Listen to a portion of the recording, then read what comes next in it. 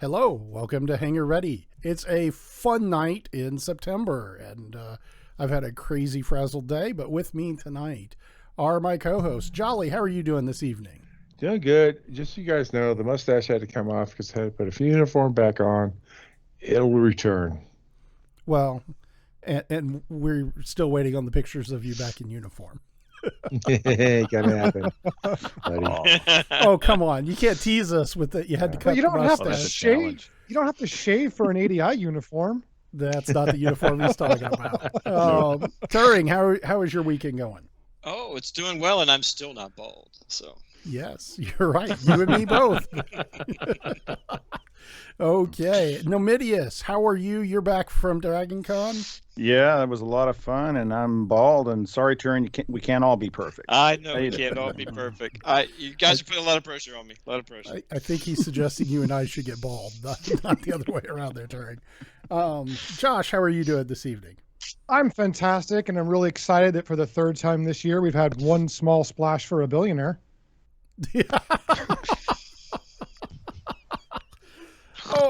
Oh, I'm kind of excited about the SpaceX thing, but I don't know if we might get time to talk about that if things go really quick tonight.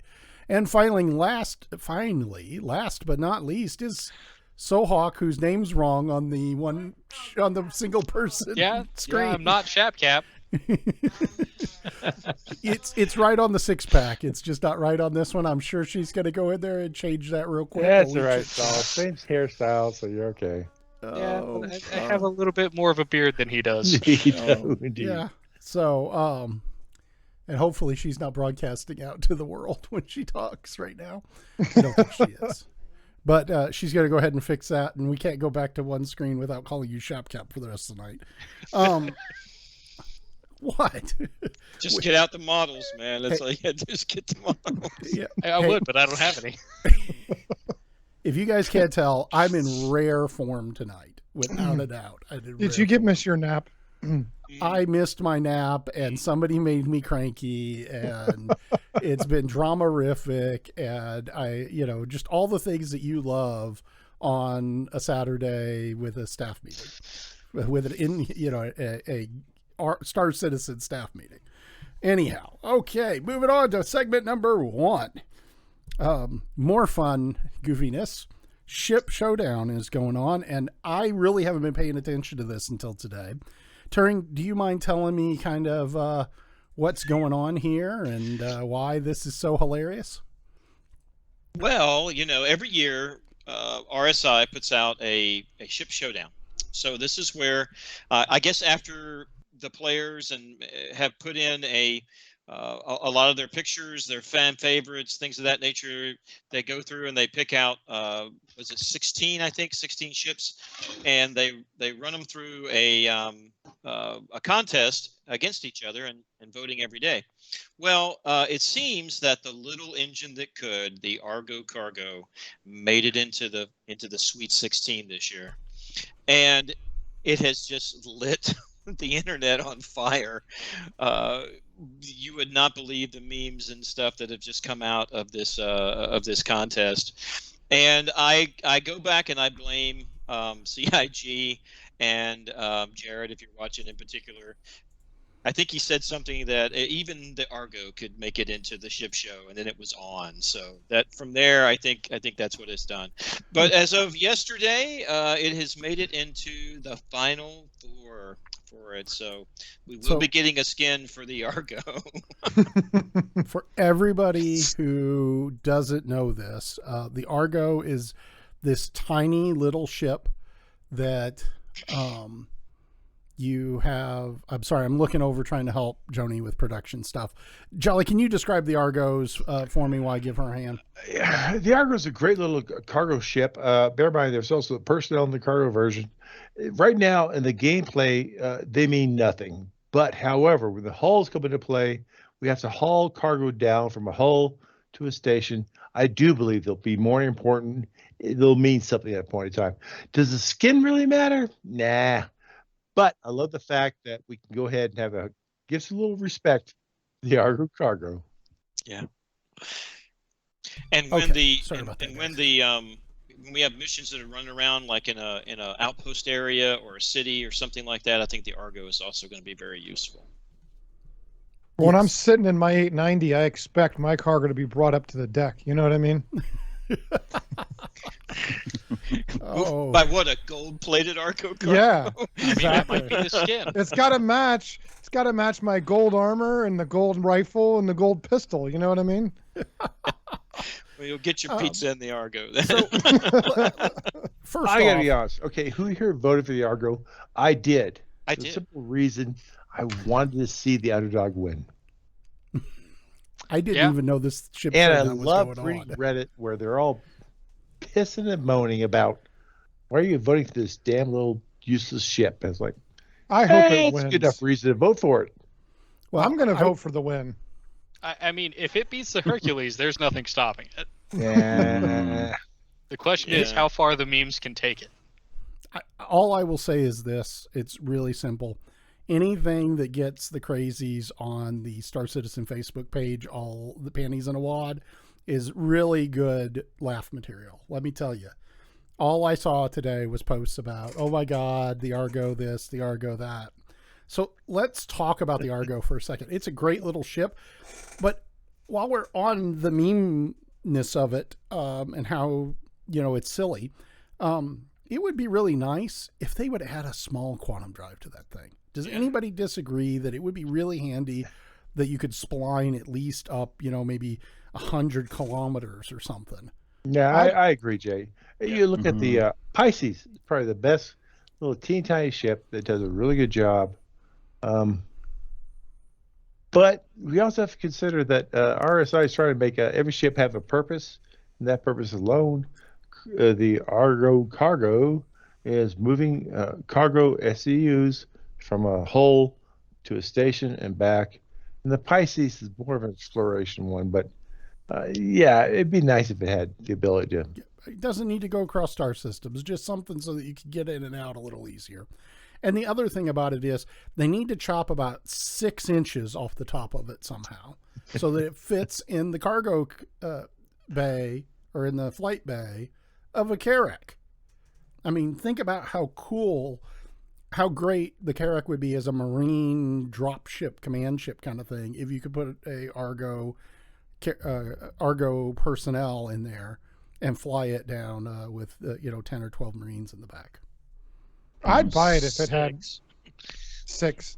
I'd buy it. I thought it had 10 seats in the back. No. Six. 6. Okay, my bad. 6 then. No, it's a taxi, which is why a grade 0 quantum drive would make sense to it.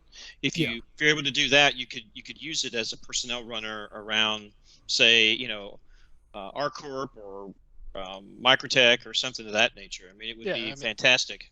It doesn't need to go from planet to planet, but just like OM marker to OM marker, station to surface would be great. Exactly. A few 100-kilometer jump distance, and that would be it. I would buy it if it had that feature. I think that's one of the things about that ship. I think it's kind of a cool industrial looking ship, but that lack of functionality in that respect put it off the list for me. So if they change it, I'll buy it. Yep. I Stick an have one. ambulance in the back. I have one. But, I'm looking forward to it. Okay. Any other comments? Soulhawk, what do you think about the Argo winning the ship showdown so far? I really think it stands a chance if it can get past the Hercules. I think if it beats the Hercules, there's nothing stopping it from winning, and I kind of hope it happens just because I want to see the internet explode. Well, we have an org with 7,000 members. Maybe we should try to get them all to vote for it. No, Oh, this shall not pass. Argo cargo should win. Yeah, I should. think we should send an email out and ask everybody to vote. Yeah, I think so. I support that. Argo and 600i in the final. With Argo cargo for the win. Yep. Okay. Well, guys, it's been a great month so far. Jolly, how have you been doing? Good, though I've stopped playing SC as much because whatever credits I earn don't matter anymore. So be it. Yeah, we're going to get into that after we come back from the break. Turing, how has your life been for the last couple of months or last couple of weeks? Anything? No, it's been fine. I mean, got the house painted, so that was good. Great. But I have not played as much Star Citizen. Actually, I've probably ramped up in the last 2 weeks. Did a few more org ops and went through Xenothreat, and that was fun. Even though sometimes it would bug out at the end and you wouldn't get the end result, it was still fun. It did show a lot of lag and latency and just dropping frames, just typical stuff. But I think we'll talk more in the next segment about I think people will get back into it for a very good reason very soon. Yeah. Nom, you just got back a week, 2 weeks ago from DragonCon. Met with a bunch of ADI guys, had dinner with them. How did that go for you? It was fun. I've been to DragonCon many years over the years, and so they skipped last year. This one, it was good to see the guys. If it wasn't for that, we would have had a much larger group down there. I agree. Probably about half attendance down there. DragonCon, honestly, they shouldn't have really had that much, in my opinion. But it was a lot of fun. I did get into Xenothreat a little bit beforehand. I got like the first 3 days or so of Xenothreat before I left on my trip, which included going to DragonCon. So I did get some participation on that, and played a little bit afterward of what was going on. And I really enjoyed Xenothreat. I mean, even with the bugs, and it was I had some sessions in there where it's just my arms were tired from. I was just nonstop dogfighting in the gas cloud. Oh wow! And it was pretty awesome. I mean, the saber was a lot of fun in that event. I completely agree. Okay, Josh, I know that you were on just 2 weeks ago for Fighter Mafia. How are things going with you and the fighter crew? Well, the changes to 3.14 have caused a little bit of chaos to the things we do. Not too bad. The basics of teamwork are still there, but there's definitely a couple little changes we're having to make to adjust to that. I think one of the more interesting changes that have come out of this is at higher speeds above SCM, your weapons accuracy is looking like it was in previous builds. So I'm kind of curious to see how that plays out, but I'm enjoying that. As the director of research, I like testing these things, so we're digging into it every week. Sounds great. And last but definitely not least is Solhawk, who is the ADI's director of operations. And how have you been doing, Sol? I know you've been traveling, crisscrossing the country this last couple of weeks, right? Yeah, I've been doing pretty good. Definitely been busy with work. I've been probably in 20 different states in the past 3 weeks, so it's been real busy. But I mean, it might be calming down this month from what I'm hearing, but we'll see. Oh, wow. We'll see. I don't know. Things seem to be getting crazier out there.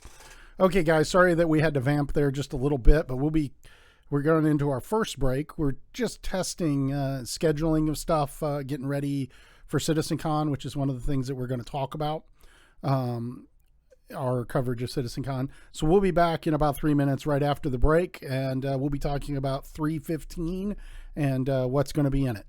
See you in 3 minutes. Hello, guys, and welcome back from our commercial break. Hopefully, I saw some comments there. Everybody liking that commercials that we're putting in? Give it a little break so you don't have to listen to me yammer on with the other guys the whole time. So now we're going to talk about what everybody is here for. 3.15 is coming. And oh no, there's a big wipe. They're going to wipe everything. So just so you know, what does a wipe mean? All AUC, gone. Poof. Reputation, poof. A possible fix for some players with broken accounts. The word possible there scares me a little bit. I don't know about Jolly and Turin. But you keep everything in my hangar, but everything else goes poofy poof. Now, it's been 18 months since they did this the last time, right, Jolly? And it's been coming. But, it's going to upset some folks. There's no question, even though I think we all can agree that our general consensus, at least I think, I'll go around the room real quick. Does anybody, Jolly, what do you think about them wiping at this point? I'm losing 10 million credits in this thing, but that's fine. I think it's appropriate, the right time to do it. Let's get over with. No problems whatsoever. Keep in mind, if you bought ships, they're gone. Your gear is gone. Your ship components are gone. That's the one that really kind of irritates me, but I understand. I'm good with this. It's time for a reset, and let's do it now. Turning, what are your thoughts? Well, I'm not quite as deep in as Jolly is. Between my components and my AUC, I tallied up about $5.25 million that I'll lose. However, I'd reached a point where I had bought all the components that I needed for the ships that I fly on a general day. I had 2.5 million credits just sitting in the account. With cargo not being what it was and running cargo not being what it was, I'm ready for it to wipe out, to be honest with you, so that I have something to work back towards. I think it's a good idea every once in a while to get into the habit of that, because when it goes live, you're going to be set back too.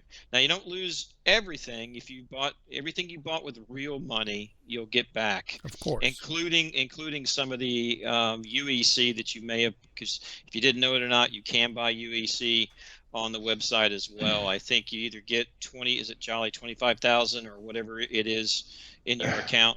It depends on It's, the package. Your UEC or 20K, whichever is higher, is what you're going to 20K, get. yeah. The absolute minimum is 5. So I have a lot of AUEC or UEC that I bought. I'll get that as my starting point. I will not get my package points, package credits. But Yeah. if you have bought nothing, you should get 20K. Yeah, but I'm like Charlie. I think the worst hit is the components, because let's face it, most of the stock stuff is just not all that good these days. I agree completely. Nom, how is this going to impact you? Well, I probably, between ships and money in the account, I probably got about between 25 to 30 million. But I'm fine with it. It's like that's just built up over that time, grinding away. I like to mine a lot, and you could, if you did mining and refining a lot, you could build it up pretty quick. Not to mention the bounty hunting side of it. This, between that and the Argo, this has been my entertainment this week. So I've been enjoying this, and just the people getting salty. The funny thing is, I didn't see very much of anybody getting upset the wipe was happening. I think it was funny. I saw people getting upset that some people who participated in Xenothreat might get some money after. That was the other thing they said they might do. And there's no sure thing, but they were going all upset, like, oh, that's not fair. It's like, got to level the playing field. And I'm like, why? It's there's no win condition here. What does it matter if that guy over there has more money than you? Because that's going to be the way the game is after go live. You're going to have haves and have-nots. So I what's completely agree. And at the end of the day, I never had all that much money. I think I had about 3 million total when it was all said and done. And you guys would laugh at how I got most of my money, because a lot of my day I'm on conference calls and I need to make money while doing something that I can immediately stop. And so when the Christmas festival cards are out, I'll literally put on the biggest armor with the biggest carrying account that I can, and I'll run around with the cards and pick them up while I'm on conference calls, listening to people drone on and on. And you can make 100,000 in an hour doing that if and it's safe and brain dead easy. Mm-hmm. I know everybody's going to laugh at that. Josh, what about you? How does this impact you? Well, I'm not going to laugh at that, because over the holidays, I did exactly the same thing, picking up the little gift packs. I now know conference calls that you just can't get out of. And there's really no point for them. And so I'm listening a lot, or kind of listening. At least I'm listening for maybe I have to say something. But I got to know Grimhex really well, because a lot of the places where the packages were, people were like fighting over them. At Grimhex, there were so few people there. I was really enjoying it. But for me, it is kind of a bigger impact, because some of the stuff I had purchased directly for Fighter Mafia, so I'm going to have to go get those things back pretty quick. And I'm totally okay with it. My hope is that this is the prelude to iCache, so that we can get into server meshing, and then my targeting pod. Oh my God! Oh man, Andy gets cut off. And so Hawk, what about you? I mean, it really doesn't affect me all that much. I haven't had much time to get in game. First, my computer couldn't really handle it, and I built a new one since. But real life's been keeping me busy. I haven't exactly had time to get in game. I think I have some stuff left over from the last wipe, but no components, none of those big ticket items. So it's all plus here. So you're basically like me. You get to run an org, not play a game. Yeah. Well, the truth is that item persistence, this is the necessary step, and hopefully it's coming. And hopefully that means they're making some progress on meshing, as Josh alluded to. Jolly, talk to me about what's been committed to at this point. Yeah, hey, Johnny, you put slide 1 up, please. All right. First thing, they've improved the Arena Commander UI improvements. Basically, you get a chance to see what your score is going to be and stuff like that. And that's good. I really didn't care myself personally, but if you are a big AC player, then that's a big positive. What I think is a real improvement, what that was a real improvement was increase the size of Broken Moon map. If you played the AC before, it's been a year or so, or played it before, is you start going from one place to another, and all of a sudden you see the wall of death in front of you. It's like, damn it, you got to turn around now. And I'm glad to see they've improved that part itself specifically. Joni, you put slide 2 up? All right. Orson. Now, Orson, when we all had to go to Orson initially when the game started up again with 3:14. Yeah, 3:15, excuse me. And I despised it, 3:14. I despised it. It was like beautiful. It's a beautiful place. Nothing here is being offered. Now they're adding more shops there. I've got to go back to Orson, check them out, see what's being offered, see if it's worth my time to go back there and stuff like that. So let's give it a chance again. Hopefully it'll improve it. Orson's beautiful, but we needed components there for gameplay. Infiltration and defend missions, spawning closer to the bunkers. And I want to point out, I'll get this a little bit later, but now the cave missions will have boxes there that you get components from, and we'll get to that a little bit later. Next slide, please.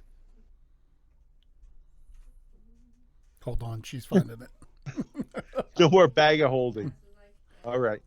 This, in my opinion, is the biggest change to the game whatsoever, is the fact that we can no longer be where we want to be and just pull up what we want to have. Now, where your stuff is at is where it's at. And you have to move it around as you need to. There's a physical inventory. There's new UI, a drag and drop type system. It's very simple to understand. It's not a real problem there. It's through the Moby Glass. There's new Moby Glass, a button that'll be there for you. Knickknacks, they call it. NIK, NAX. It's a Moby Glass inventory system. Allows you to track what is where. That's my biggest concern was I have stuff all over the universe. Where the hell is it? They haven't provided us a way to understand where it's at and how to get to it, bring it back. But keep in mind, it's there where it is, so we have to go back there and get it. It only applies to personal equipment at this time, which means your ship components are still available wherever you're at. Your ships are still available where you're at. You can still claim like you wanted to do. It's the FPS type stuff that you have to be able to keep control of, which is a nice small step to bring us up towards the final point that I think Chris is looking for, where my ship is where it's at. I can't possibly change it around, but so be it. You have the station that has the ability to hold the gear. It's very important to understand this point. When 315 drops, you'll get a choice of which planet you're going to be at. Select wisely, because when you jump in there, that's where all your stuff is going to be at. So personally, I'm probably looking at Lorville, though I don't like Lorville. I prefer 18 or New Babbage, but Lorville is centrally located, so it's probably going to be jumping into on the first spawn of 315. That's where my junk is at, and I'll be able to work out with that when I need to. You have a loot generation, basically random loot containers throughout the PU to include caves. So if you're wandering around the verse, you do a cave mission, you may find something in a loot box in a cave. You go ahead and grab stuff out of there. That's a big positive. You can also take loot off of bodies now.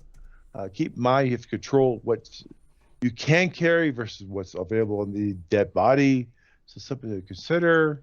Your personal armor does matter in terms of, you know how if you're wearing heavy armor, you can carry more K inventory versus light. So if you want to carry a lot of stuff, get heavy armor. Light is something different. Backpacks, different from the torso. Those of you who do a lot of FPS mining understand you put that big backpack on, you get more stuff there. Now you can keep your normal torso, add a backpack. The backpack carries additional stuff, more of your personal inventory from place to place. Something else to consider. And that's about it for that. Saul, have you run across anything with this yet? No, I haven't come across anything with it yet. I'm real excited for some of the changes because that jump to having your gear actually be in universe and it being in specific spots is going to be a really big factor in the game. It's incentivizes planning, intelligent thinking. What am I going? Where am I going? What am I going to need? What am I doing? Is there any other considerations I need to go get? Hey, where's this item? Oh, I left it over there. There's a whole lot more coming into the game with this, and it's going to take people a lot to get used to. I can't imagine people are going to be happy with it for the first 2 months. Yeah. My big concern is that it's going to really, I don't think they're ready for this. And here's why I think that. How do I move armor sets from my initial spawn point to somewhere else? I can't. I mean, it's not feasible because I can't carry 2 helmets and 2 chests and 2 legs and 2 arms with me anywhere. So I can't fly up someplace naked and pick the stuff up because I'll have to walk outside, into a vacuum of space at some point. I just don't think that they're ready for this. I believe you can. I believe you can, Jay. The backpack system is part of the deal here.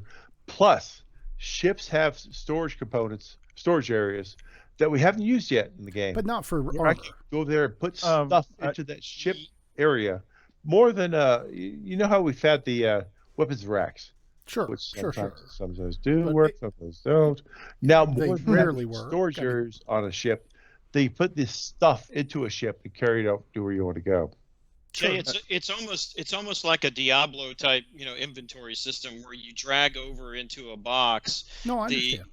And that box is your backpack that you have on. So I think you will be able to carry an armor set in the backpack and then offload it somewhere else. Yeah, and the backpacks are actually separate from the armor now, Jay. Yes. Yeah. Yeah. So I didn't know that. Yeah. So I think you will. So like I said, I think it's exciting because I think you have the ability now to utilize your ships as also additional storage, and your ship, the amount of storage in your ship will be based upon the size of the ship and etc. So like if you've got a Carrack or you've got an MSR, you're going to be able to load several different types of stuff in there. My only concern is you've got a new player with an Aurora. How are they going to move armor sets? And if they could do it in the backpack and sit down in the chair with the backpack, then okay, I see it now. But if you got a new player with an Aurora, how many armor sets are they going to have? Well, they may go buy some armor, but they don't have the buying a ship's a lot more expensive than buying 5,000 or 10,000 credits worth of armor or guns or that kind of stuff. And that's my only concern is that, I think I see problems with people being able to do that. Now I'm excited about this because it means we can start stockpiling stuff. Okay. Mm-hmm. If I can have a bag of holding or a limited amount of holding in my ship, and I can then, when I kill guys at the bunker, I can grab weapons and put them in that, and grab ammo and put it in that, and maybe strip armor off of them and put it in that. All of that I'm excited about, but I'm just concerned that they're not thinking far enough down the road for people that are, all I have is a single seat fighter, or all I have is an Aurora, and now I have no way of, moving my items from place A to place B other than what I can wear and carry on my back. That's valid, Jay. But I'd say go ahead and get build up to that component. You want to build up to that ship that carry that stuff. The backpacks, personal inventory, the ship storage capacity, those things will take care of it. So this is a big plus in my opinion. And But here's Masachi my- asks, hold on, Masachi asks a really good question. I'll come to you, Turing. If I have stuff stored in my Kara, can the players flying with me steal it? Turing, what are your thoughts on that? And then take over with your other thought. I believe the answer is yes.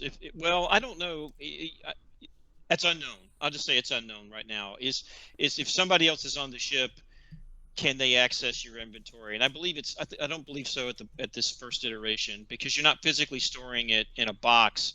It's kind of virtual on the ship and utilizing a virtual locker on the ship. So I don't think you would be able to steal it, because it's not in physical lockers. It really depends on But Well, well, I mean, on your there's a ship and difference. in your party. There's a difference between me going into a Cutlass Black and taking a rifle off my back and storing it in the rifle rack, or me taking a rifle out of my inventory and storing it onto the virtual inventory in the ship. Those are two different things. I agree.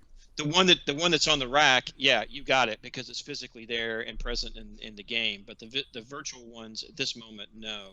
My big problem with it right now, and this gets back to Jay, what you were talking about. What's the guy with the Aurora do? The one component that's missing in my mind in this is my ability to dispose of stuff. So I may, if I want to trade up my inventory, I can't sell back or destroy inventory items that I currently have. So yes, okay, you say I don't have the infinite bag of holding, but wherever your main base is like a big black hole anyway, because you're going to continually to throw stuff in there that you're not going to use anymore, because you can't get rid of the stuff you have. Well, I can tell you right now that I get a bunch of free armor as a subscriber that I'll never wear, and it'll never come out of wherever that starting spot is. Right, but My you question- can't sell back. Like if I buy a light set of armor and I'm a Aurora guy and I go out and earn me some more money and I'd like to get a medium set, I can't sell that light set back, No, even I for a agree. discount, and buy the medium set to put on. And I mean, that's how a real many problem. P4s do I have in my inventory right Well, now? Like 25 or something, well, you know? And You're when not they looking let at me the start bone- picking them up, we're going to have 100. Yeah, you're not looking Right. at the positive Right. on this though. Is you can if somebody can take out of the inventory, or if you can give them access, be it like maybe party members can pull from that inventory, we now have a means to exchange goods for money. We now Yeah, have I the don't- You means can of- I sell disagree armor, with you you, can Nam. sell weapons I that don't way disagree pretty with you, easily. Nam, but in every MMO game you ever have, what do you have? You got one little dude that sits in some place in a town that will buy every loving thing off of you for some copper. Okay, so they don't have that here in Star No. Citizen. They just don't have it. and they need to. Yeah, they do. For me, I think this really starts to open up a lot of questions for people with small ships. And I don't just mean Auroras, I mean fighters. The concept of having a fighter is now going to have to be more directed towards the mission you have and if that's going to support it. So a Vanguard has a few places where it can put it. I could see them making so that you could have armor or whatever in an SCU box of some kind. But now you're going to have to really consider that factor of, does my ship meet my mission? And if not, what ship do I need? So I think that's an interesting add to the gameplay. But I'm not sure everyone's thinking about that who just has one or two fighter ships that are small. I agree. So, Hawk, what are your thoughts on this? I mean, I gotta agree with Joshua, and Turin does make an excellent point that, yeah, the economy isn't 100% set up yet. Eventually, we're going to have the ability to sell things, and we'll see the second half of this kind of coming in. That's really what's missing. And I know they mentioned in the patch notes that they've let people run away just building up money, and they don't have the money sinks in yet.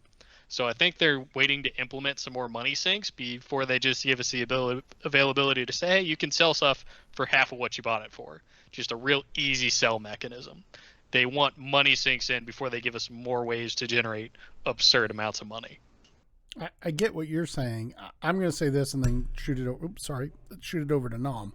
And that is, I want the ability to be able to give stuff away at the very least. That needs to be in the first iteration. so that I can go earn 1 million credits and buy, 5 sets of ADI armor, so that, and weapons, and have it in my Cutlass Black or whatever, where guys can come along and change the gear out if they need it. I think that's something that needs to happen.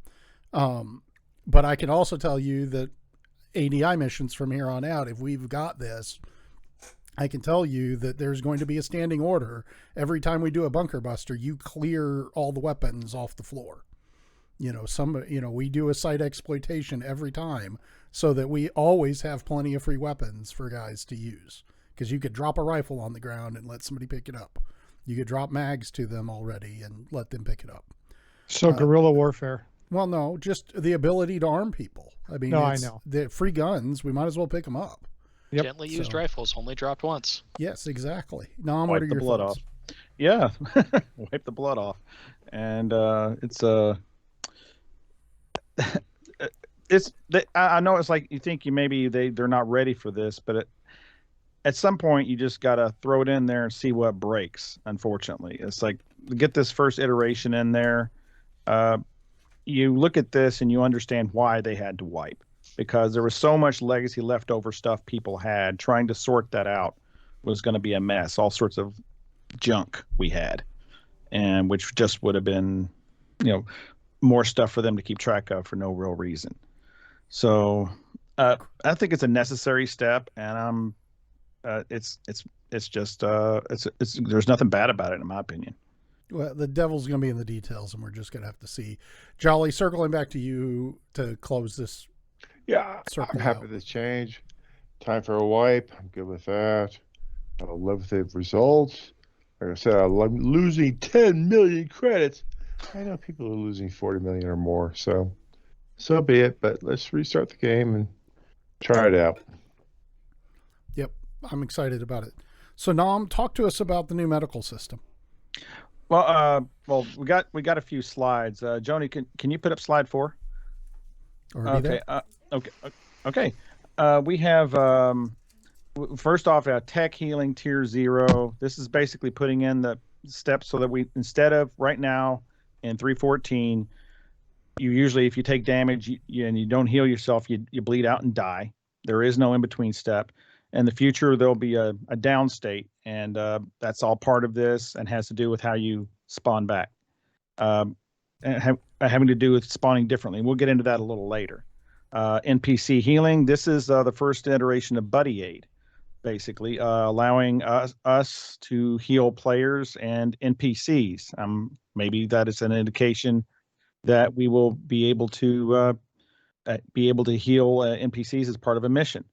And then the one about doctors, nurses, and AI behaviors is really more flavor for the environment of the hospital to make it feel alive.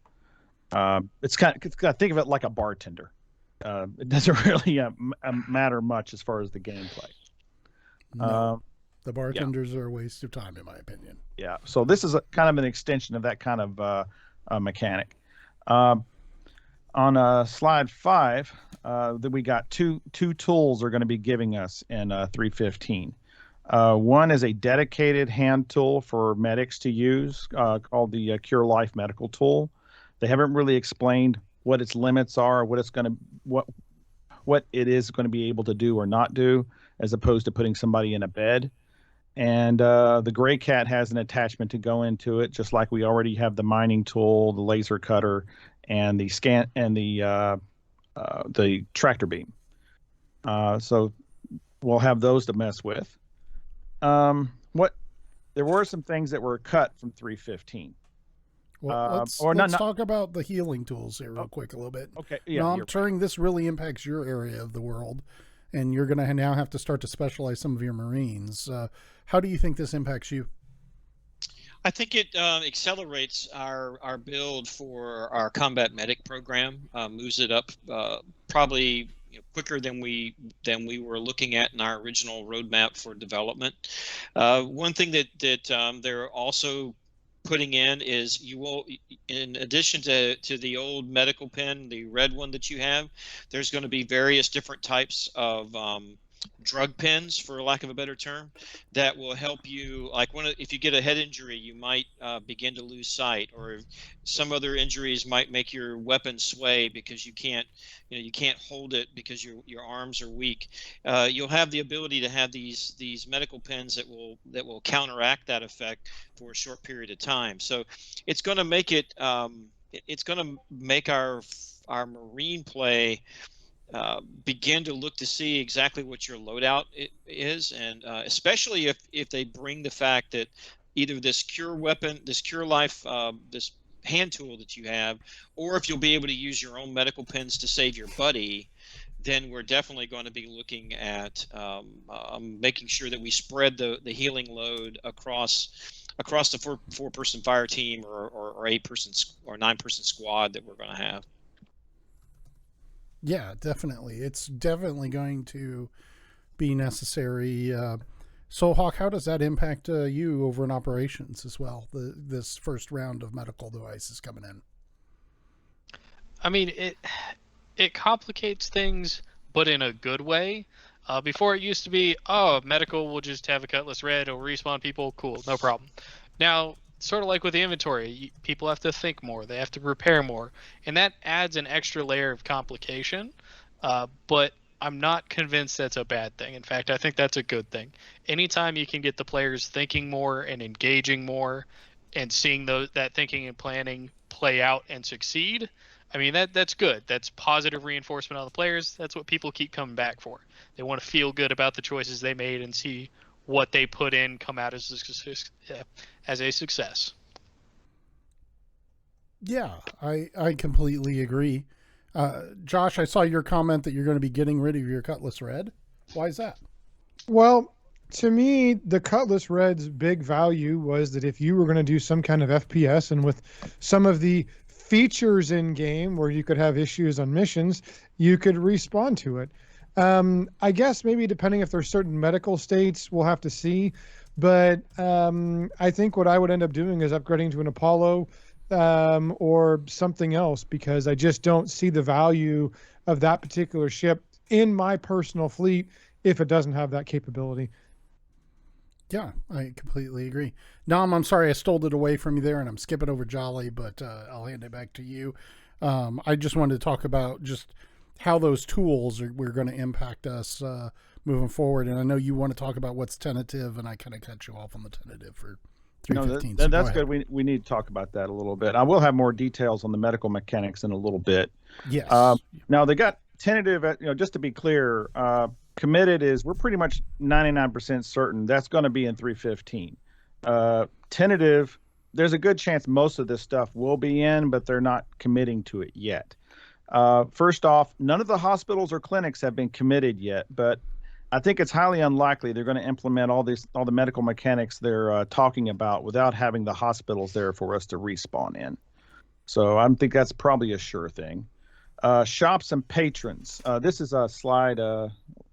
And we didn't have a slide for that one. There wasn't much point. Slide for this one. There's one on shops and patrons, just more behavior similar to the doctors or the bartender, same kind of thing. So they're complete clutter that nobody cares about. Right. Now, the things people care about, there's 4 ships planned for 315. Still tentative, but there's a good chance a couple or all of these are going in. Aegis Redeemer. I have M2, but I mean, who said that? I did. What? Oh, the Redeemer. It's awful. It's awful. It's ugly, and it's a useless ship. Go ahead. It tries to do too much and does none of it effectively. Exactly. Well, it was based off. It's never in the game yet. And it's going to smoke you when you're on the ground. That's all there is to it. Sorry, I just added some color commentary in here, guys. I don't like the Redeemer. Shock, amaze, awe. Love it. Go ahead, no, I'm sorry that we interrupted that's right. you. Well, basically, I don't really want to talk about too much until we actually have something concrete to look at, because nothing's sure until you see it. Crusader is it the A2 is the bomber. That's supposed to be coming, which makes sense. They have the bombing mechanic coming into 315 as well, which I think a month or so back they actually teased the bombing mechanics in a Inside Star Citizen, and they look promising. I'm not for sure how useful it'll be, since it's supposed to be purely in as far as how well you can put them on target. And the Ares Ion and the Inferno. So they're size 7 guns. One is energy and one is ballistic. So, which is how effective is the Inferno going to be with how nerfed ballistics are right now as far as quantity of ammo? Hopefully they will fix that. Only got to hit you once. Yeah. I mean, you have 10 shots. You better hit them once. Oh yeah. Like that thing behind me is probably a round for the Inferno. It's like see over my shoulder here. It's a test round, but sorry, Nom, I can't let this go. There could be a way that the Hercules could do accurate bombing. There's some concepts that exist in the real world today. You might have heard of something called a targeting pod. Oh my God. You do know that the M2 is not the bomber version, right, Josh? I said it's. I wrote M2 in the rundown. It's actually A2. It's actually A2. Okay, my bad. It is A2. If they put splash damage in, then it's going to be really effective. A couple of things worth mentioning in the game is they're very clear. RSI is very clear. It's a missile without a thruster. So you release it and it drops. There's no targeting system yet. Which is going to make it pretty useless. So the question is, it'll can happen. you release it in space and let it drift into a target? Just because they don't intend it doesn't mean it wouldn't work. Everything I've read so far is in atmosphere. That's what Here's they say. The good news. They've gotten so good at imparting inertia onto players that are exiting the ship that I'm sure that it won't just drop out of the bomb bay and then freeze. Yeah. That would never happen. Yeah. So what you're saying is it's totally not going to be minus 0.0. Yeah, exactly. It's going to be, you're going to open it, it's going to drop out, and then you're going to keep moving, and it's just going to sit there like it dropped, like it on the... Entirely possible. I predict the first use, three M2s coming over the horizon, they release, and all three of them blow the hell up, right? because the bomb doesn't come out of the bay. Yep. Yep. Definitely see that happening. But in space, I think they'll just release it. You'll keep moving, and the thing will just sit there like a turd in the punch bowl. And all you'll hear is the guy in the back going, "Hey, wait a minute!" Okay, so Dom, what got pushed? Okay, a couple things, and some of it I think is a good thing. Not necessarily this one. FPS Radar and Scanning. That's basically your radar when you're in first person, and we've seen them talk about that a lot. That's something that's always been kind of lacking in the game, and be good to see what that is. But that got pushed to Q2 of next year. Along with it got pushed hacking, which is I'm expecting that's going to come in when we have better ways to secure ships, and you're going to have boxes you're going to have to hack into and doors to hack into in bases. That got pushed to Q2. The next two, EVA Tier 2 and 0G push and pull. These both were scheduled for a long time for 316, and they got pushed to 318. And honestly, considering like you're pointing out where you exit a ship and you stop still, and this whole total lack of conservation of momentum in the game, maybe they're taking their time to look at this again, because I and a lot of people have been being annoying pests about the topic in whatever room we can mention it, to say that I know there are limitations in the engine, but isn't there a middle road here somewhere to make it feel a little more believable? I'm just going to break up the monotony here and say, I think it's more likely that we get Josh's targeting pod. I'm all for that. They can get rid of all of these things permanently and just bring the targeting pod in. Which means never. That's what I'm saying. I think it's a waste of time and effort. Go ahead. I'm sorry. We'll see where it goes. I think we're wishing for unicorn farts and pixie dust. Well, it doesn't have to be a complete, drift forever, and they sure don't have to track things where there's no player around to see it. But maybe some slower slowdown. Moving on that one anyway, because I know, yeah. We'll beat that horse to death. Yeah, we'll beat that one to death. Cutting tool, some tool related stuff, weapon drain. We can not much to say there since they haven't given a whole lot of detail. So it sounds like salvages just got bumped for a while. Mm-hmm. Salvage isn't even on the roadmap as far as I've seen. That's my point. The cutting tool just got bumped for to be determined. Yep. Yeah, that got removed, and weapon charge and drain got removed. Yep. Getting back to medical mechanics. Most of everything we know right now, as far as the details, is gleaned from the Inside Star Citizen from last week, I think.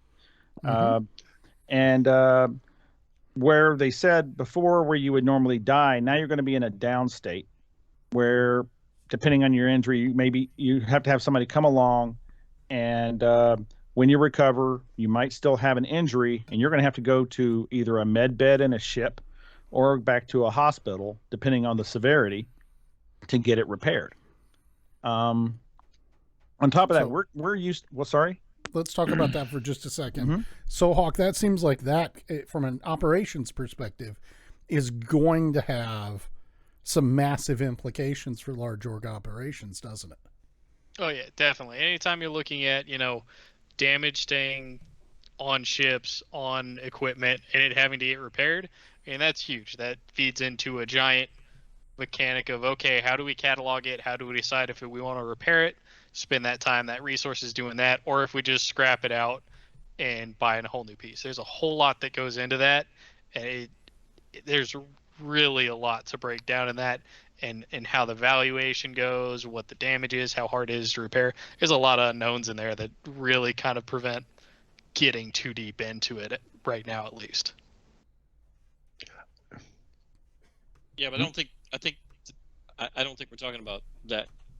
We're talking about people being damaged. I think that's what Jay was asking about. Yes, I'm talking about the people being damaged. Yeah, I mean, you're gonna have people passing out. Yeah, a lot of that still applies.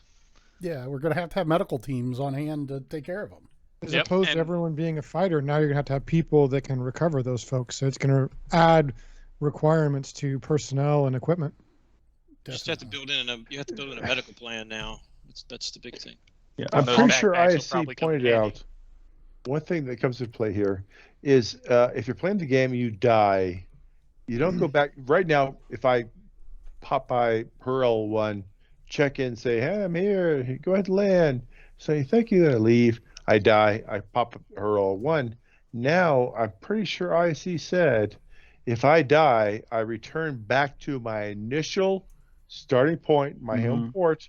Oh my God! When I first logged in, 315, and so that's a big deal right there. I do remember from a previous. Yeah. You may be able to, depending, not certain on this one here, but you might, because the clinics and your tier 2 beds, you can respawn at those if you set your spawn there. Yeah, so you should be able to, Jolly, like if you were at Lorville and you decided you wanted to make your home base at New Babbage, you would go by the hospital, I think, at New Babbage, set that as your new spawn location. I believe you turn your gear still back at. No. I didn't say about gear. I said like. Yeah. No, I agree. Yeah. I think you should be able to have the option that you can set the local closest facility that meets your medical need, whatever tier that is, or to set yourself back home as an option. So if I need to go to an ICU, then it'll send me to the nearest ICU or back to my home. I think that'd be a nice feature you could set. I think you could do that. Not there right now. You're missing the concern, which is you spawn there, but your gear is back at New Babbage. Well, then I'm going to have to hire an Argo with a quantum drive. Argo for the win! I'm just saying. You can find it on that targeting pod. Exactly. Leiden asks a very good question I'd like to go around the room on. Are these not reasons for the org to have a common home base? Yes, Leiden, but 2 bases, not 1. Yeah. Well, but I mean, for mission purposes. For right now, you're not able to share stuff at the moment, so I'm not sure if having everybody at the same home station is. Well, It does, because you only have one place to go pick them up from when they die. Logistically, it saves time. Logistically, it saves a lot of time. It's going to simplify a lot. So let's just go around the room. Who thinks, by show of hands, who thinks we're going to probably have to consider setting up a single spawn point for ADI missions? ADI missions home or base. for people to have their home base? Their home base. Yeah, I think so. Yeah. Probably. We're going to have to think about it at the very least. I mean, Jolly brought up a good point about Area 18 being more centralized, so you have better access. Lorville. Or Lorville, I'm sorry, Lorville. Yeah. But Lorville is the slowest one to get to. It's the It most sucks. It's the got train. the bugs getting out. Yeah. Yeah. Yep. So the question becomes, how do you move the people who died? And once you've figured out that, then you can look at time going from where we usually operate and decide where we want the home to be. If we're always out near Port Tressler, that makes it pretty easy. If we're always out over somewhere else, then we got to think about it. It becomes, how do we get those people who died back into the mission? Or for short missions, do we even bother? Yeah, we're going to have to, this is going to be a real discussion point that we're going to have to play with during the PTU phase, testing phase, and get a feel for, because there's going to be a lot of devil in the details here. And you may get into a situation where large organizations or even medium and small size organizations want to focus spawning at a centralized point so that it makes the logistics easier of picking people up, because, the risk that you have here is, sure, I can have everybody respawn on a Carrick bed or whatnot, but they don't have any gear when they respawn that way. I mean, I'm all for something that makes a death have more meaning, but I think the logistics of this are going to require some planning, like you said. And I think any mission you have planned is going to have to consider the risk versus the reward, especially now. Yeah, this is going to bring for an org our size where we're doing large organized ops. The devil, and we don't know. I want to be very careful. We're theory crafting because none of us have been in 315 and seen exactly how this death mechanic works. But I'm telling you guys, in my opinion, this is going to be something that we're going to have to look at long and hard, because it's going to have a lot of follow-on effects potentially for how we run ops today. I mean, who here disagrees with me? I don't disagree with you. And also, you got to consider that if you die, all the stuff that you had on is where your body is. Correct. Is going to need to be picked up and scavenged. Your org buddies can pick it up, but how much, maybe if I put it on a ship or something, I mean, your armor stuff, I don't know how you're going to be able to give that back to the dude. I mean, I don't know. I just don't know how that's going to happen. In the video, Jolly will talk about that later, but I think in the inventory system, you are able to loot armor off of bodies. I know but how am I going to give it then to you, Nam? Because looting it off the body means I put it on myself. That's not necessarily. They put it in the backpack. Okay, but still, how do you get it to the other person? You don't have. We don't know yet. To drop it valid question. Yep, we just don't know. Explained it yet. We know we can get your stuff. You die, Turn. I grab your junk. It's now mine. Instead of grabbing my junk, you're gonna be dragging my dead body onto the back of the ship. No, just here. So I can go get it when you come back home. It's an equipment bag. That's another interesting step to ops. Okay, gather up the dead bodies, loading them up. Yeah, well, that's going to be a real issue. I hate to say we're not going to have anyone die, Jay, because I pass gear back to you. They have not explained. We have to figure that out. But that's coming sooner or later. You're going to have the ability to put stuff into a locker, and like armor into a locker, like on the. Well, you got the lockers in the Hercules. Carrick has them. Drop it in there. Yep. Anything you put in there, anybody else can pull out. That's how we're going to have to do it. If they support that, we're going to have to see. But what I'm telling you is all of this, we're going to really have to think long and hard about, does everybody, set their home base to New Babbage or Lorville or Area 18 or, Crusader, or do we, because the logistics of people dying and spawning at all 4 locations is really, because you're going to need to pick those people up and bring them back in some cases so they can loot their own body. And, you know, some of that stuff we're gonna have to talk about. I mean, it's a real issue. I think we all can agree. Yeah, It's if not they a can problem. set We're their not going to lose spawn- anybody. They can set their spawn to a clinic, it becomes easier. But if they can't, that's going Well, to turn it's into a bit about of a their nightmare. stuff too. It's not just that they can set their spawn to a clinic; that they have access to equipment at that clinic, Well, so they you can gotta put a think about it, spacesuit Jay. back on. How do they get to that clinic? Like, say we're spawning, like, my home's at Lorville, we're operating out of Port Tressler. I have to fly up there with a ship. I can bring stuff with me on that ship that's then stored there. So if I can Well, no, spawn he's there, talking- wherever it is, We're He's just talking gonna about have to somebody who dies and respawns in the hospital. They got nothing on their body. unless the ship that they flew there is still there. Which comes back to making sure you're respawning back at a place where you can get restock. You have extra armor and weapons stashed away. Yeah. Getting back, can we? As far as I Go got ahead. I'm slides- sorry. I'm just derailing us. I apologize. Oh yeah. No, that's fine. I think we're ready for slide 6. If you Yes. were, Nom. Yeah, I am.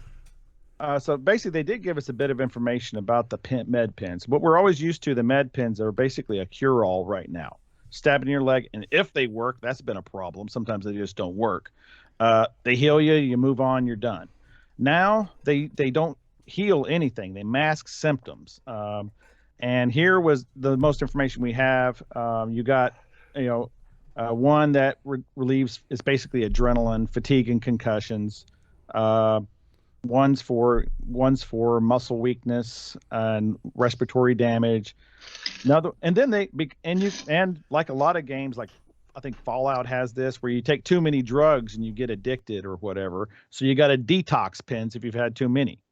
And so they're starting to show, at least they're thinking about the variety of conditions. But the main thing is, all these do is temporarily mask the problem. They don't cure anything. So you will probably have to keep these in mind when you're deciding what your loadout's going to be for a squad going in somewhere, so that you have a variety of these with your team to use in case they're needed. But all they do is buy you time, or maybe make it so that you're not shaking so much you can't aim your weapon.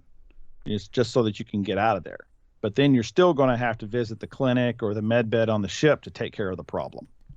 So, Nom, talking about this for just a second, have they confirmed that we're going to be able to administer these to other people, or are we still only going to be able to use them at beds? That is one of the cards on the roadmap specifically, is using pins on other players and NPCs.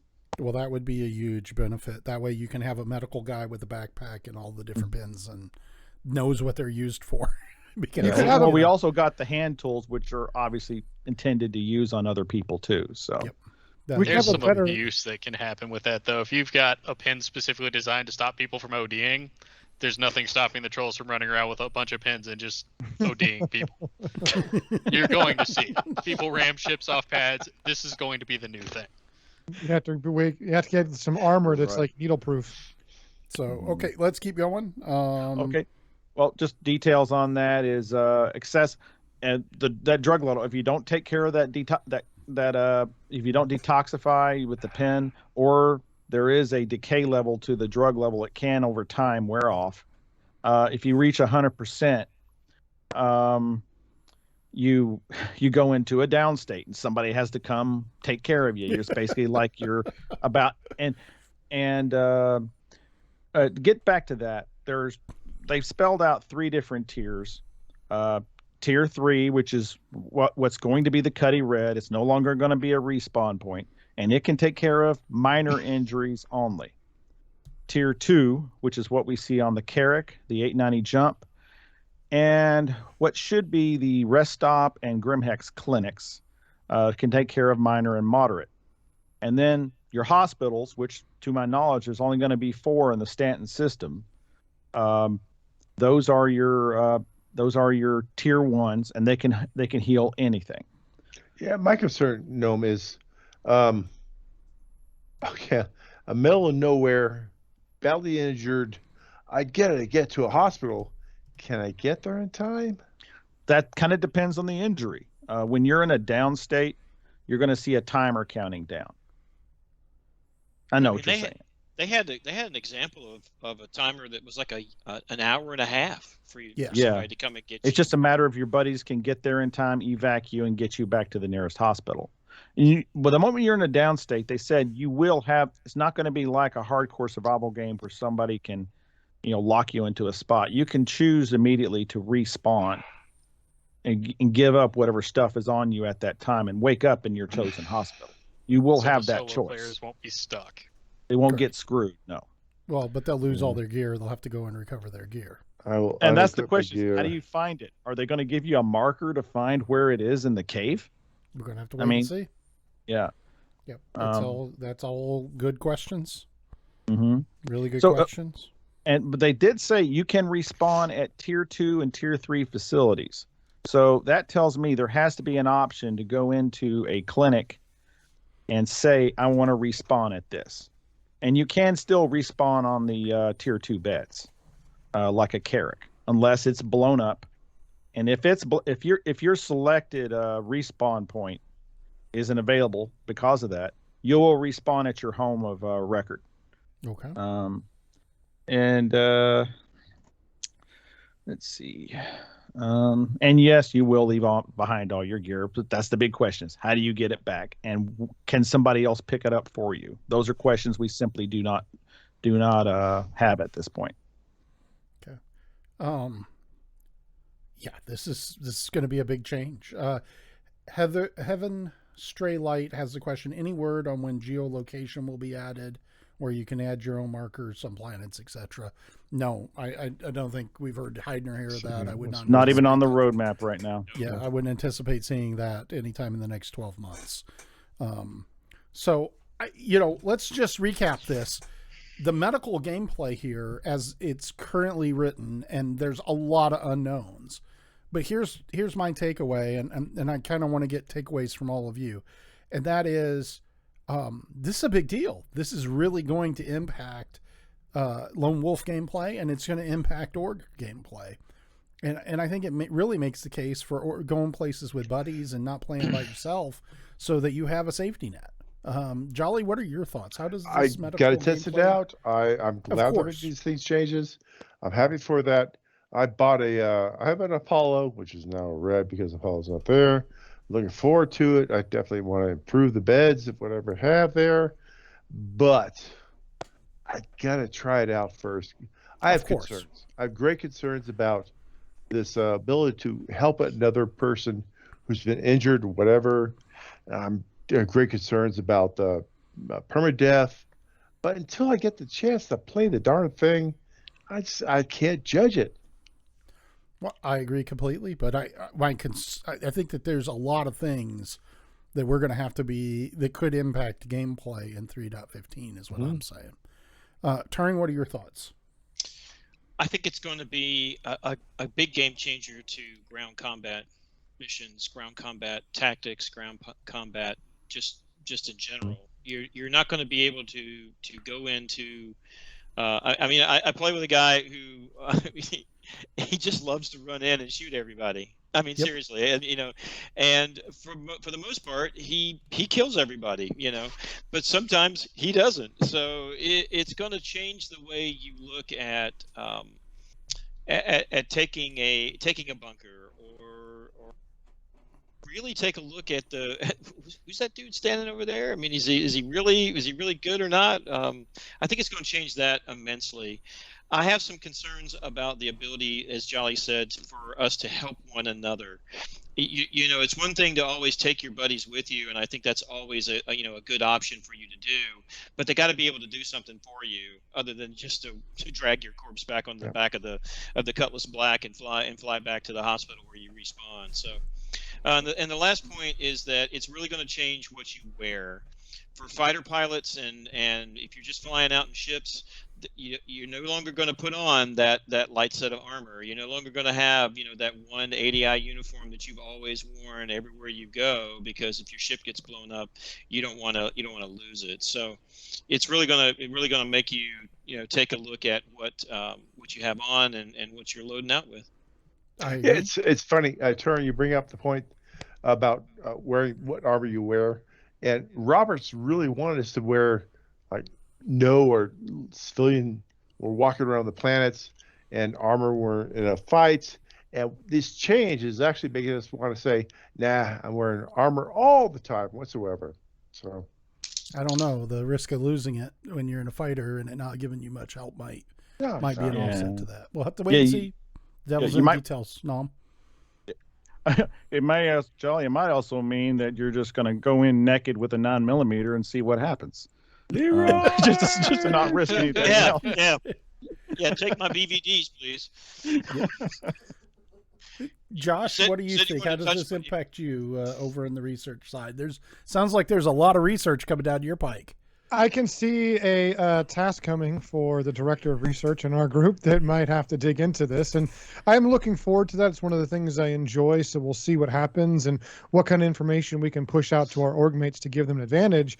But I really think this is one more case where small groups or individual players are going to realize that their life is more difficult. And I think it's one more, I guess, token in the pocket of orgs, or at least good sized groups, to have these resources and abilities and capabilities for ourselves. So we'll see how that plays out. I think it's going to be a good addition to the game, and I'm looking forward to this. I definitely agree. I think that these changes make having a large group of friends to play with more important, not less. Soulhawk, what are your thoughts? I think there's a lot of challenges coming with the medical system, not just in the hey, okay, which pen do I use for what, and people actually accurately describing what's going on, and then knowing, hey, okay, it's this pen. That's going to be interesting to get over. Then the respawn mechanics and having the physicalized inventory, that I think is more doable. I don't envy Turin having to teach people and get that curriculum set up for the Marine field medics. I think that's going to be interesting, trying to get all that pushed through quickly. I think it's going to be interesting for you having to put a Cutlass Red or a Carrack on every mission. Yeah. I think there's going to be some interesting, I think we're going to start having to incorporate more medical slots. There's going to have to be combat medics that are tied to all the ground fighting and cave missions and everything. Yeah. It's already affected. We were playing around with using Cutlass Reds on the cave surveys, and we're opting away from those because they're not going to be respawn points. So the Cutlass is pretty much going to be the go-to for that until there are other options. Yeah. No. Look, if you die, you die. You're weak. We don't want you back.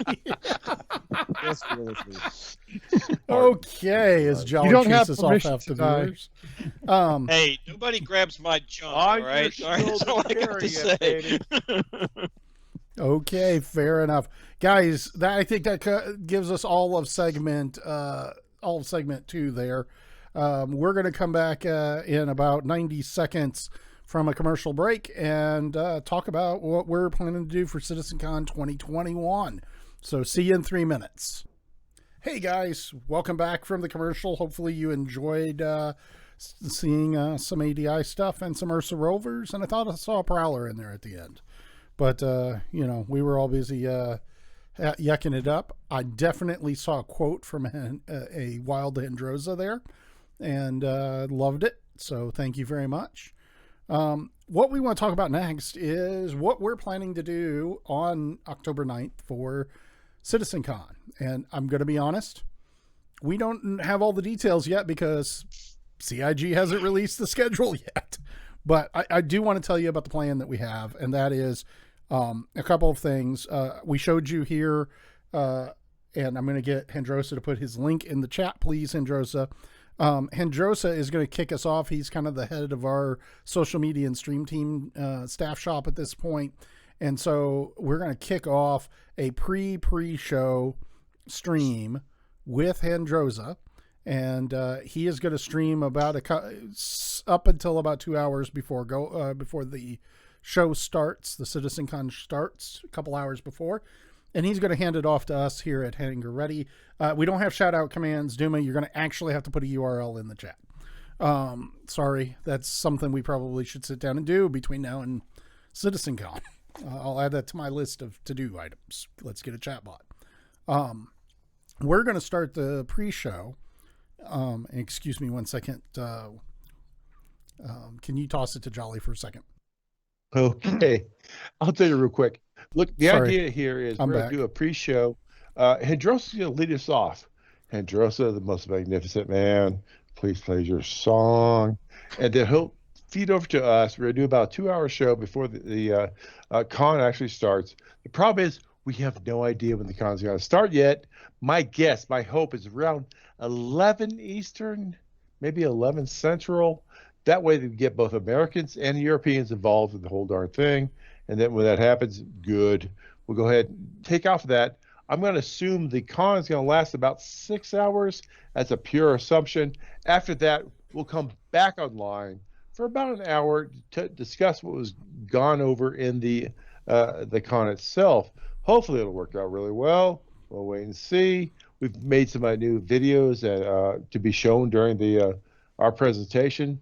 We're not going to try to conflict with the con itself.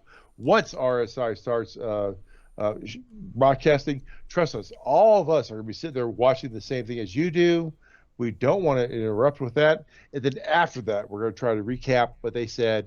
We'll take on another possible HR a week later, just make sure everything's working out the way we thought it was going to work out.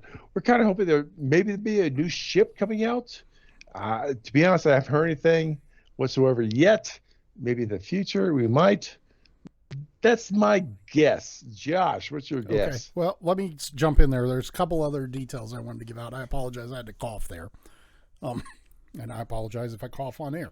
I do have a little cough button here though now. The key things that I wanted to talk about are we are working on some special interviews with some approved CIG vendors. And we're trying to align a pre-recorded interview with somebody at CIG. We still haven't gotten all the details worked out about that. One of the other special things that we really want to do is we would like to get a live bar citizen or two to join. We did that test last month with Soulhawk where he was calling in special during a break. And we're going to hope to be able to bring in some live people from around the country and around the world that are sitting watching the Star Citizen Citizencon. And we are definitely going to have some special guest segments where we bring some folks in that normally are not on the HangarReady crew. So we will run right up until they start rolling on the... Oh my God. Oh my God, Duma. I can't unread that, dude. My wife is over here rolling in the floor. And you're also giving her ideas for things for me to do tonight. But we're gonna run our coverage up right up to Star Citizen Con. As soon as they go in, we'll shut down and raid them. And we may do a recap show because we can't commit to doing it right after because we don't know what time they're going to end. If it's like 2 a.m, we probably are not going to. We may end up waiting until next Saturday, the Saturday after, to do the recap show. So we're just going to have to call an audible on that once we know more information. CIG again hasn't released the schedule. What I'd like for you to do is follow us on Twitter or subscribe to us on YouTube. And I'm sure that somebody will provide both the links in the chat. I know they're in our profile, and yeah, you guys please follow us on there. We will have updates, and we're doing some behind the scenes videos in preparation for what we're doing for Citizencon that we'll be releasing on our YouTube channel. So Jolly, what do you think? What is the thing you're most excited about that you hope is in Citizencon 2021? New ship. I want a new ship. I want a new ship. A new ship, but what kind of new ship are you? I don't give a rat's ass. Just give me a new ship. You just want to spend some money. Exactly. Thank you. New JPEG. Turing, what about you? What is the thing you're most excited to hopefully see in Citizencon 2021? I don't know. A real roadmap, a compass. I don't know. We have a compass. We have a compass. The compass works. Yeah. It's an atmosphere, though. Yeah, I guess more update on how they're coming with the thing that's going to make all this this wondrous work in the end, and that's the iCache and server meshing. I want a real discussion on that. So I'm with you, Okay. Turin. That's, to me, that is the most important thing. I would give it up, and I know this is going to be hard. I would give that up if I didn't get a targeting pod, if we could get those things to make the game more playable. Okay. Nom, what is the biggest thing you're hoping to see out of Citizencon? I really have no idea. More information, anything on Squadron 42. I don't have much hope for that. Even though they, really, in theory, should be releasing that this winter. in theory, yes. That's the main thing I'm looking for, because that's going to knock on so many things depending on where that is in the pipeline. I agree. So, Hawk, what is the thing that you're like a kid on Christmas morning waiting to see? I'm with Jolly. I like seeing the new ships. I like seeing the shiny new JPEGs. I'd like to get the Squadron 42 discussion and the big tech item discussion, but I just don't think we're going to get it until they're ready to roll those out. And I don't think anyone here is under the assumption that they are ready to roll those out. So I think new ship is a pretty safe bet, and hopefully it's pretty exciting. Duma says Argo he wants Fighter 4S5. Duma saying he can't wait for Space Cows so that he has extra location to store armor. I'm going to be honest. The big thing I'm hoping for is two things. One, server meshing, because that's all that really matters. That's what gets us to a state where we have more than 40 or 50 players on a server.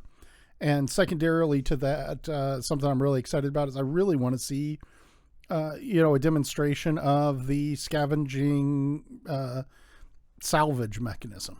I'd really like to see how that in game and working, even if it's a year away, which I think it probably is, unfortunately. So that's my big guys. Why don't you in the comments real quick? What is it that is your biggest thing that you want to see in Citizen blah blah blah blah blah Citizencon 2021? If I can stop making weird noises. I know. I think critters they keep talking about that. Critters is an important thing too, to make the world, if they can finally get actual just Things life that come forms after wandering us and we have around. to shoot. Something to shoot, something to jump on us in a cave. Terrifying. Oh, Hedrosa, jump gates. Jump gates. God, Yeah. I don't like that bad, but I think we're a little bit off of that. I mean, they did Being able demo to it jump to before. pyro. Being able to jump to pyro would be a big deal. I wouldn't mind seeing, a hab on a planet that I could actually live off in for a while. Yeah, that they would were be talking nice. about that a lot before. They had these whole habs out on moons. These Well, I outposts. mean, even the outposts that are currently there. I mean, they've got a hab. They've got buildings. Why can't I use one of those? Leiden's got Leiden's top threes: server meshing, iCache, and pyro. Pyro would be nice. Yeah, I agree. They've apparently got a lot of stuff made there already, from what I've Yeah, what But we've I seen. think it's the server won't handle it is the issue. Yeah, Yeah. you can't transfer. They won't be able to transfer your stuff between the systems. That's the problem. No. Mhm. Okay. So I'm going to call an audible. We have two more big segments that we had scheduled, but we're already at an hour and a half. This next segment, we really couldn't do it justice in under 40 minutes. So I'm going to call an audible, and we're going to have a short show tonight. I just want to go around the horn real quick. Jolly, any closing thoughts before we close out the show? This hour and a evening? half. We're not short. It was a good show. Way to do it. I'm looking forward to 315. I got to be honest. I'm kind of like unmotivated to play the game right now because I can't get UEC I can keep. It's all got to go away. So now I'm just trying to be a. How often can I go to prison? Because it doesn't matter because reputation's going to get wiped. If you can't be a good guy, got it. Yeah, now's the time to be a bad guy. You're going to lose all your money and you're going to lose all your reputation. Bingo. Good point. So, Turing, what are your closing thoughts? I wasn't thinking until Jolly just said that. Wow. That sounds fun and exciting. I mean, seriously. Let's see how many people we can kill. I'm looking forward to the medical play. I'm looking forward to get in there and let's see how it actually works, and incorporating it into our operations and into just how you approach you approach the game in general. You know, that's kind of, you know, for people who know me, that's kind of my wheelhouse that I did for 20 some odd years. So it's going to be exciting, I think. The devil's going to be in the details, and I look forward to meeting the devil. Nam, what are your closing thoughts? I'm like that. I'm looking forward to both the medical and the inventory mechanics that are coming. They're throwing in a lot of little things here. Got to get started somewhere, and devs almost always underestimate the ingenuity of players. And there will be massive abuses of the medical stuff. It's going to be fun to find out, because the moment we're able to somehow transfer armor and other items to another person through whatever means, there can be a trade there. It's like, I'm going to drop this piece of armor on the floor, send me 1K. That kind of thing. So the moment you have that, people will find creative ways to make markets and other things in game the moment you give them the least little bit of mechanic. So I'm looking forward to seeing that. I agree. I think that there's going to be a thriving ADI, uniforms and gear sharing, if that's possible. I've definitely see myself going out and making 1 million credits and buying a bunch of armor and guns and stuff and having it where, hey, come over here, I'll transfer it in the ship, you pick it up, put it on, and go. So I'm excited about that. So, Josh, what about you? What are your closing thoughts? Well, I don't want to be too dramatic, and it's not overly specific, but I do think we're coming to a point where we've had a lot of years of development. I know there's more technical things that need to happen. I'm really hoping to see something that starts to put that future together so that we can really start to have the game that we want. I think the community is ready for it. I don't want them to overly rush it, but I think we need to see that in a clear and direct way, and I'm hoping to see it. Okay. And finally, last but definitely not least, Sohawk, what are your closing thoughts? I think the most immediate thing I'm excited for is just to sink my teeth into that little logistics problem presented by the medical respawn system and moving stuff from place to place. Since that got brought up, that's just been churning in the back of my head, and I really just want to get my hands on it and start taking it apart. So I'm looking forward to that. You're definitely not happy with me for all the ideas I just put in your head to think about tonight.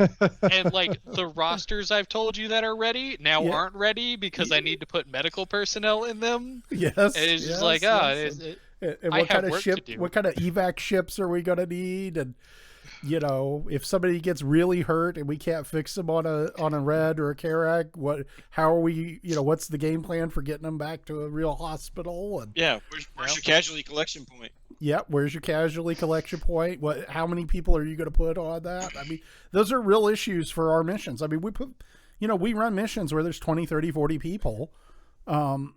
We have a big ground mission that you're working on. Is that not right, Sohawk, for me? Yep, that's the one I was thinking of. And a huge ground marine assault, like a 20-kilometer overground assault on a target.